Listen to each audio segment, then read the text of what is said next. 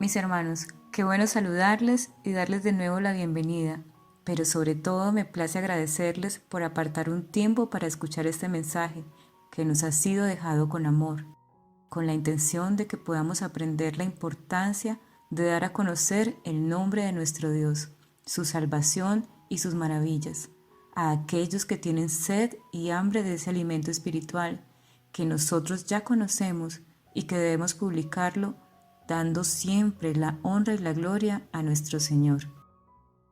Hoy estaremos compartiendo con ustedes las notas de la hermana Elena G. de White para la lección número 3 del tercer trimestre del año 2020. Sábado 11 de julio. Ver a las personas a través de los ojos de Jesús. Durante 3 años y medio, los discípulos estuvieron bajo la instrucción del mayor maestro que el mundo conoció alguna vez. Mediante el trato y la asociación personales, Cristo los preparó para su servicio. Día tras día caminaban y hablaban con Él, oían sus palabras de aliento a los cansados y cargados, y veían la manifestación de su poder en favor de los enfermos y afligidos. Algunas veces les enseñaba sentado entre ellos en la ladera de la montaña, algunas veces junto al mar o andando por el camino, les revelaba los misterios del reino de Dios. Donde quiera hubiese corazones abiertos a la recepción del mensaje divino, exponía las verdades del camino de la salvación. No ordenaba a los discípulos que hiciesen esto o aquello, sino que decía: «Seguidme».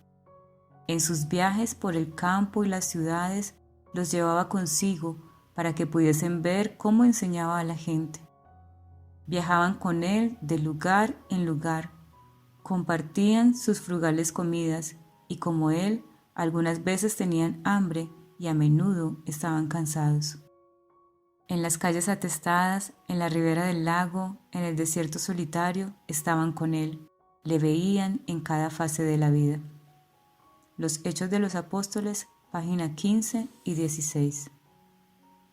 Es necesario acercarse a la gente por medio del esfuerzo personal.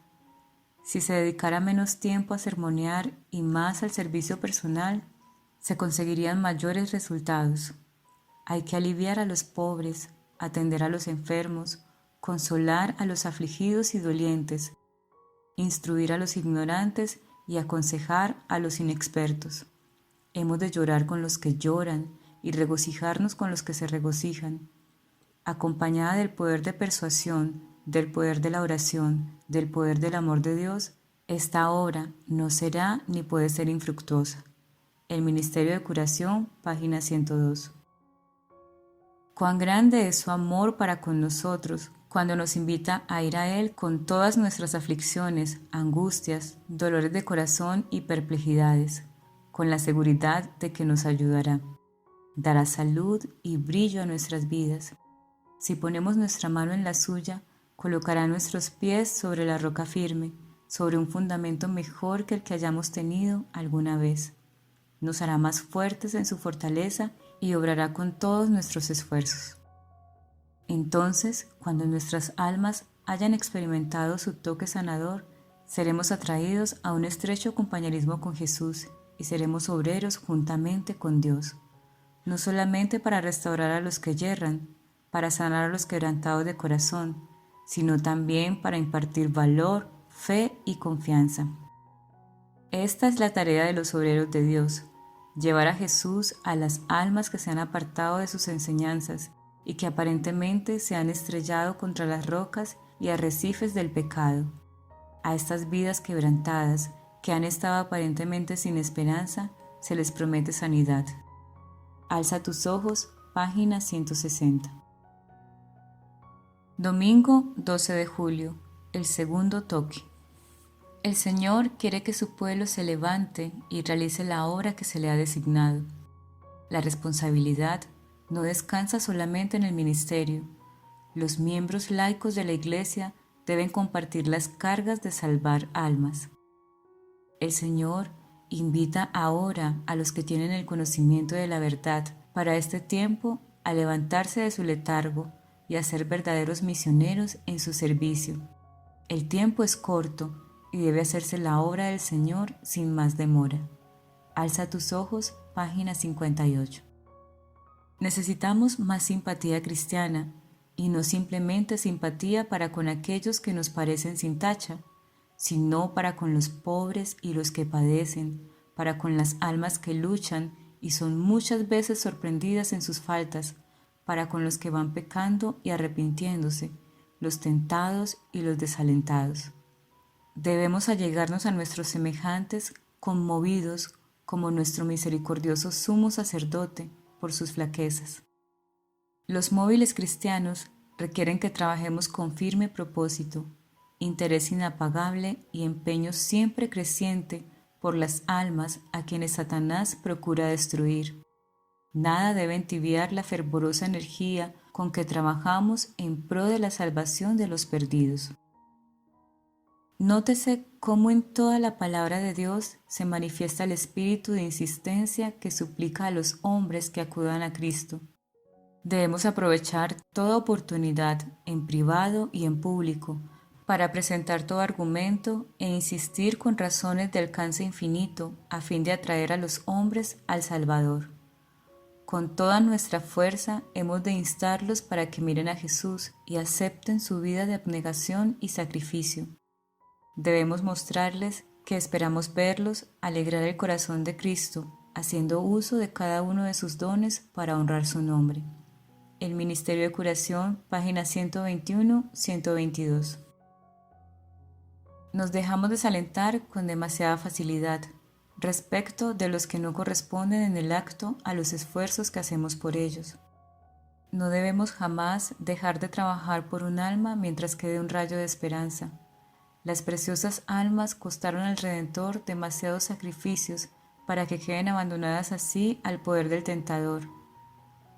Sin una mano que les ayude, muchos no lograrán jamás reponerse moralmente, pero mediante esfuerzos pacientes y constantes se les puede levantar.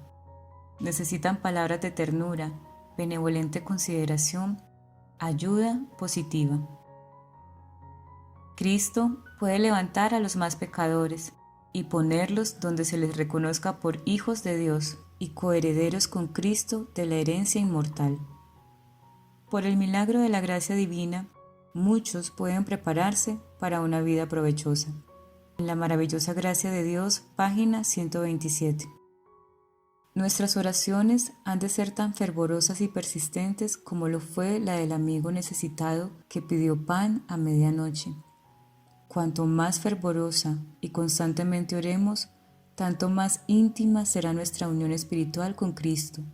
Recibiremos bendiciones acrecentadas porque tenemos una fe acrecentada. Nuestra parte consiste en orar y creer.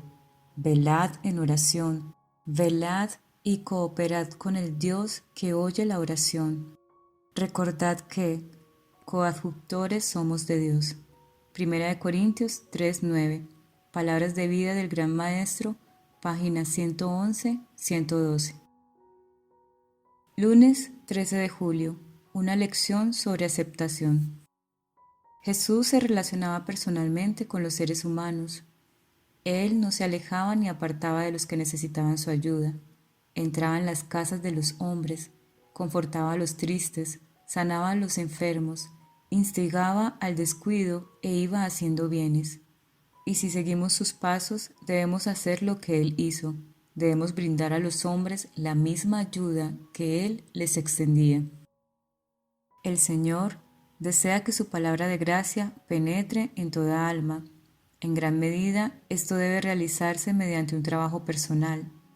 Este fue el método de Cristo. Su obra se realizaba mayormente por medio de entrevistas personales. Dispensaba una fiel consideración al auditorio de una sola alma.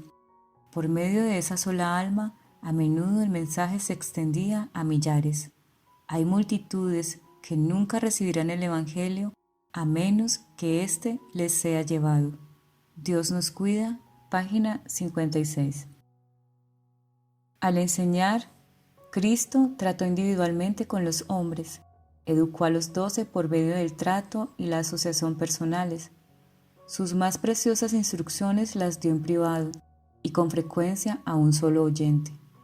Reveló sus más ricos tesoros al honorable rabino en la entrevista nocturna celebrada en el Monte de los Olivos, y a la mujer despreciada junto al pozo de Sicar, porque en esos oyentes percibió un corazón sensible, una mente abierta, un espíritu receptivo.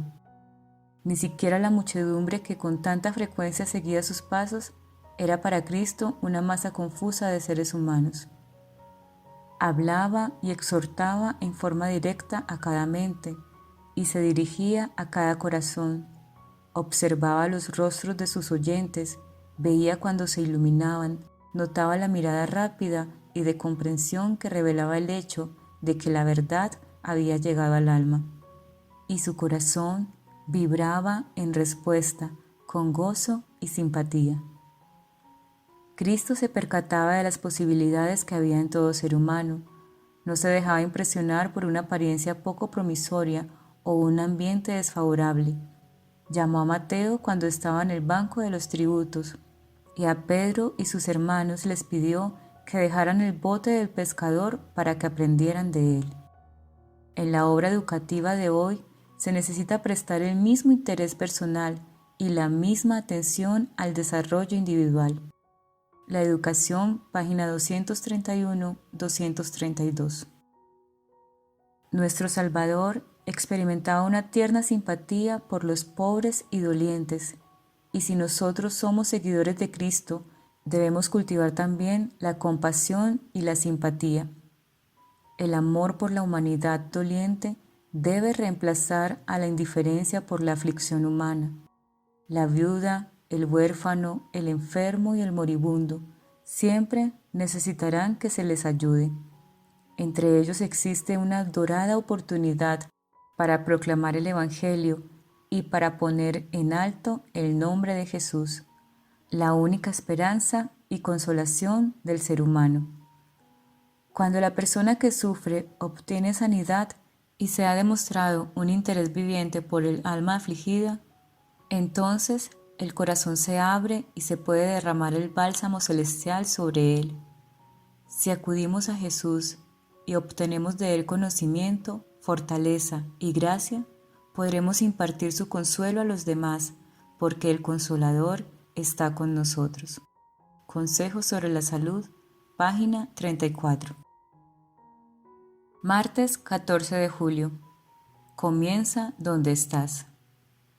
Cristo dijo a sus discípulos que ellos debían comenzar su trabajo en Jerusalén. En Jerusalén había muchos que creían secretamente que Jesús de Nazaret era el Mesías, y muchos que habían sido engañados por los sacerdotes y gobernantes.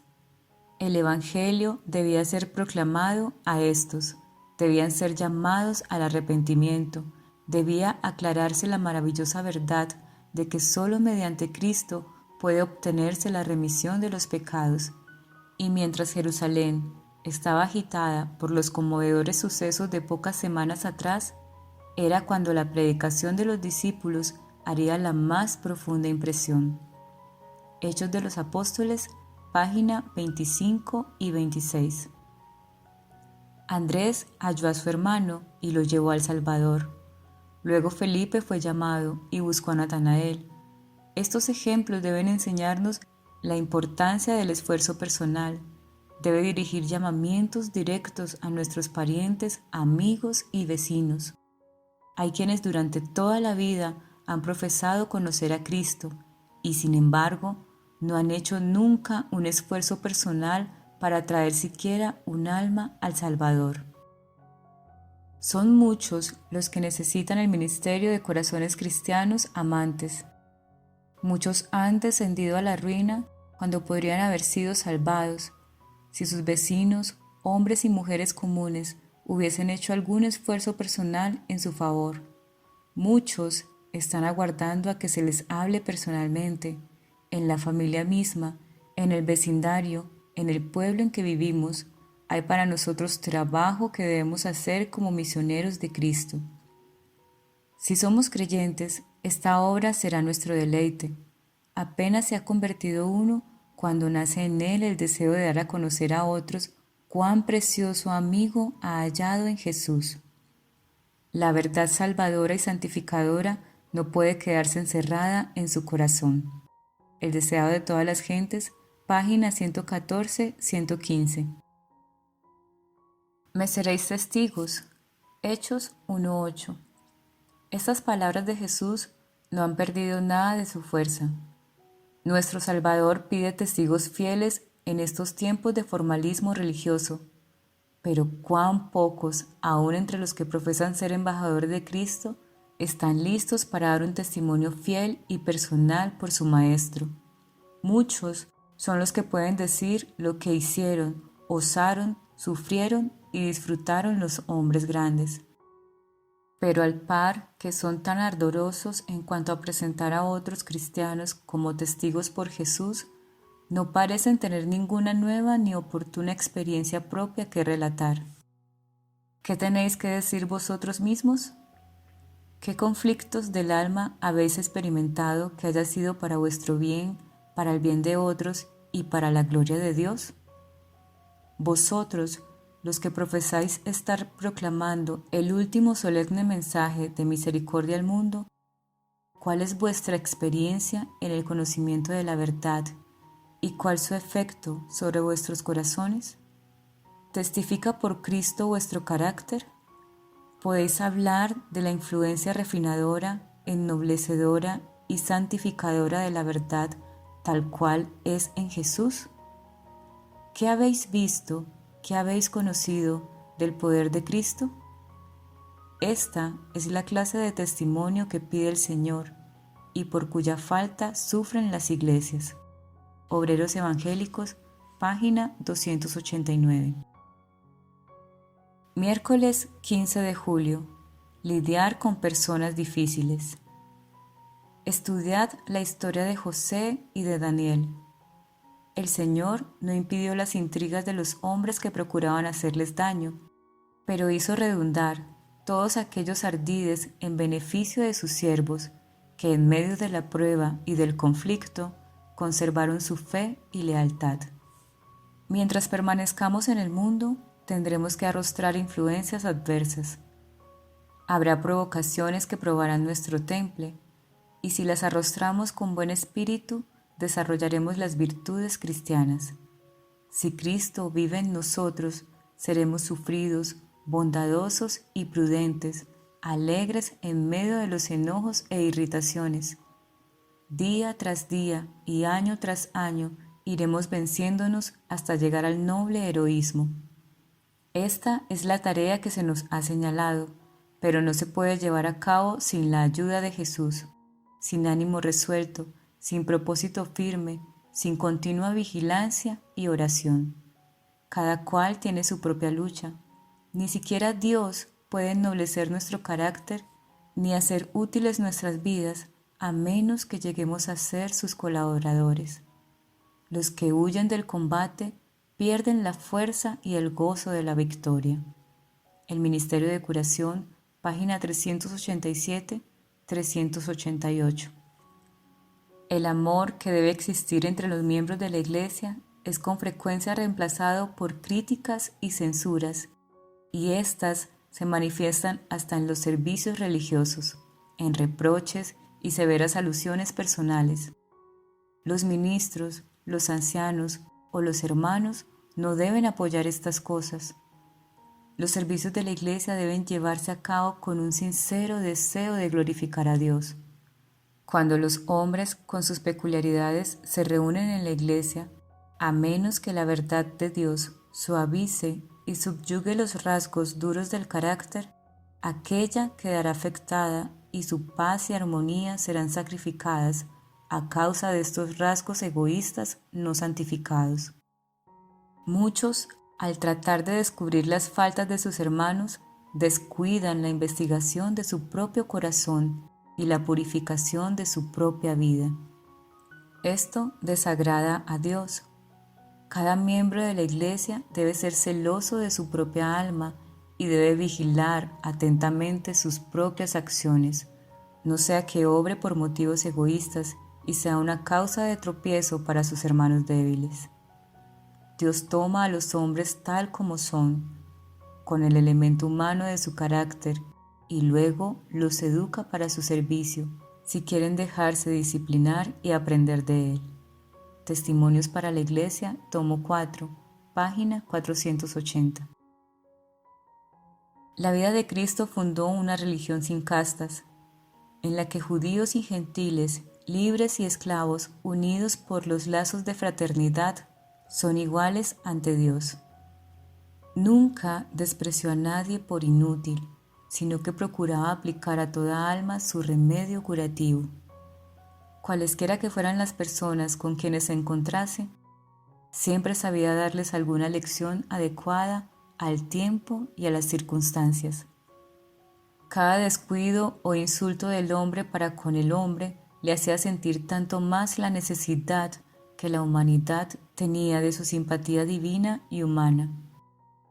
Procuraba infundir esperanza en los más rudos y en los que menos prometían, presentándoles la seguridad de que podían llegar a ser sin tacha y sencillos, poseedores de un carácter que los diera a conocer como hijos de Dios.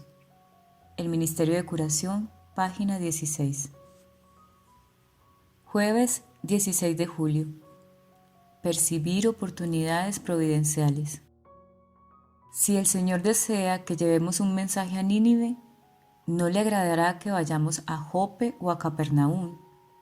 Razones tiene para enviarnos al punto hacia donde han sido encaminados nuestros pies. Allí mismo puede estar alguien que necesite la ayuda que podemos darle.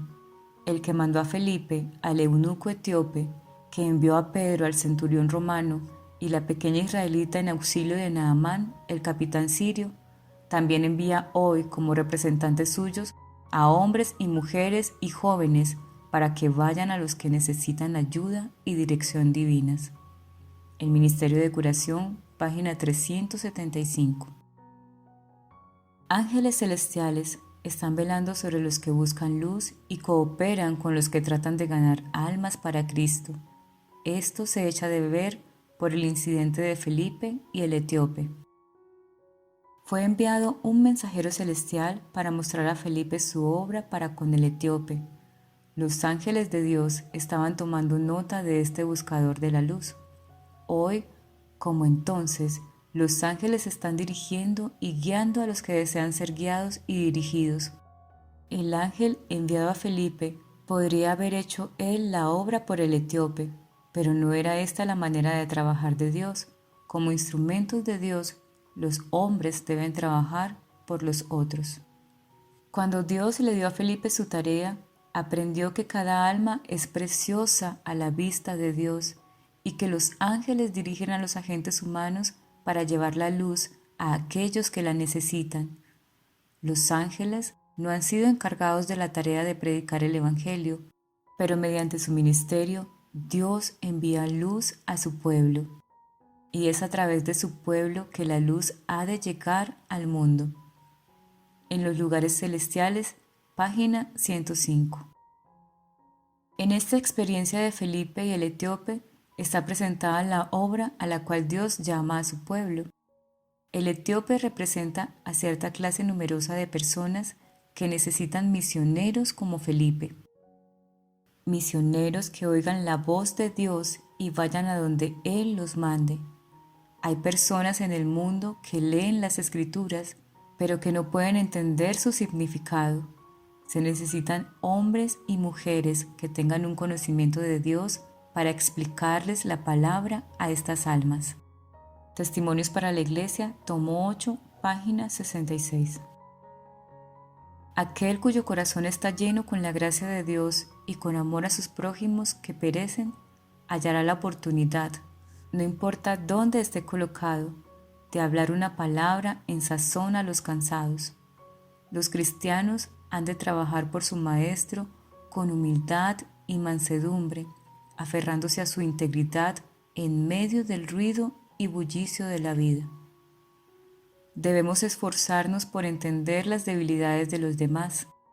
Sabemos poco de las pruebas en los corazones de aquellos que han sido atados por las cadenas de la oscuridad y que carecen de resolución y poder moral. La maravillosa gracia de Dios, página 127. Mis queridos hermanos, aceptemos el llamado que el Señor nos hace en Mateo 4:19. Venid en pos de mí y os haré pescadores de hombres. Aprendamos a ser amigos para Jesús y participemos en la misión que Él ha puesto en nuestras manos y hagámoslo con gozo en nuestro corazón y con amor hacia nuestro Dios y hacia nuestro prójimo. Que la bendición del Señor esté siempre con ustedes donde quiera que se encuentren.